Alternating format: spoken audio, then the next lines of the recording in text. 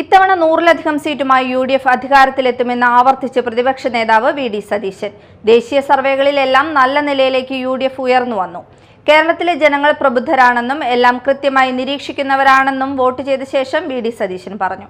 Vote ചെയ്യാതെ ആരും മാറി നിൽക്കരുതെന്നും ജനാധിപത്യ പ്രക്രിയയിൽ എല്ലാവരും പങ്കാളികളാകണമെന്നും വി.ഡി. സതീശൻ കൂട്ടിച്ചേർത്തു.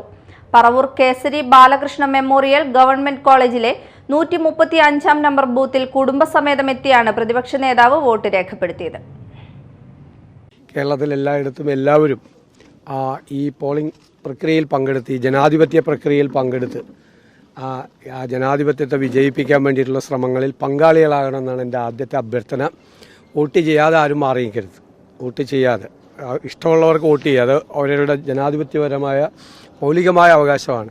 ആ അവകാശം ഉപയോഗിക്കാതിരിക്കരുത്. ആ ജനാധിപത്യ പ്രക്രിയയിൽ എല്ലാവരും, കേരളത്തിലെ എല്ലാവരും പങ്കാളികളാകണം എന്നാണ് എൻ്റെ വിനയപൂർവ്വമായ അഭ്യർത്ഥന. തീർച്ചയായിട്ടും ഞങ്ങളെല്ലാം അസസ് ചെയ്തിട്ടുണ്ട്. നേരത്തെ പറഞ്ഞതുപോലെ 100-ലധികം സീറ്റുമായി UDF അധികാരത്തിലേക്ക് തിരിച്ചു വരും. ഇപ്പം നേരത്തെ കഷ്ടിച്ച് ഞങ്ങൾക്ക് ഭൂരിപക്ഷം തന്നിരുന്നവരൊക്കെ അഭിപ്രായം മാറ്റിയല്ലോ. ഭയങ്കര ബുദ്ധിമുട്ടായിരുന്നു ഞങ്ങൾക്ക് ഭൂരിപക്ഷം തരാൻ വേണ്ടിയിട്ട്. ഭയങ്കര പ്രയാസപ്പെട്ട് അപ്പം അതിൻ്റെ റേറ്റ് ഉയർന്നു വന്നല്ലോ.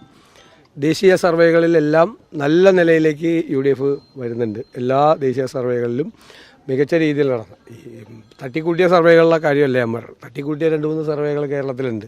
അതായത് കഴിഞ്ഞിട്ട് എല്ലാം വിശദമായിട്ട് പറയാം. അവരുടെയൊക്കെ വിശ്വാസ്യത അവർ തന്നെ കളഞ്ഞു വിളിച്ചിരിക്കുകയാണ്. ഞാൻ പറഞ്ഞല്ലോ, 3 മാസത്തിനിടയിൽ 4 പ്രാവശ്യം കേരളം മുഴുവൻ ചുറ്റി സഞ്ചരിച്ച ഒരാളാണ് ഞാൻ.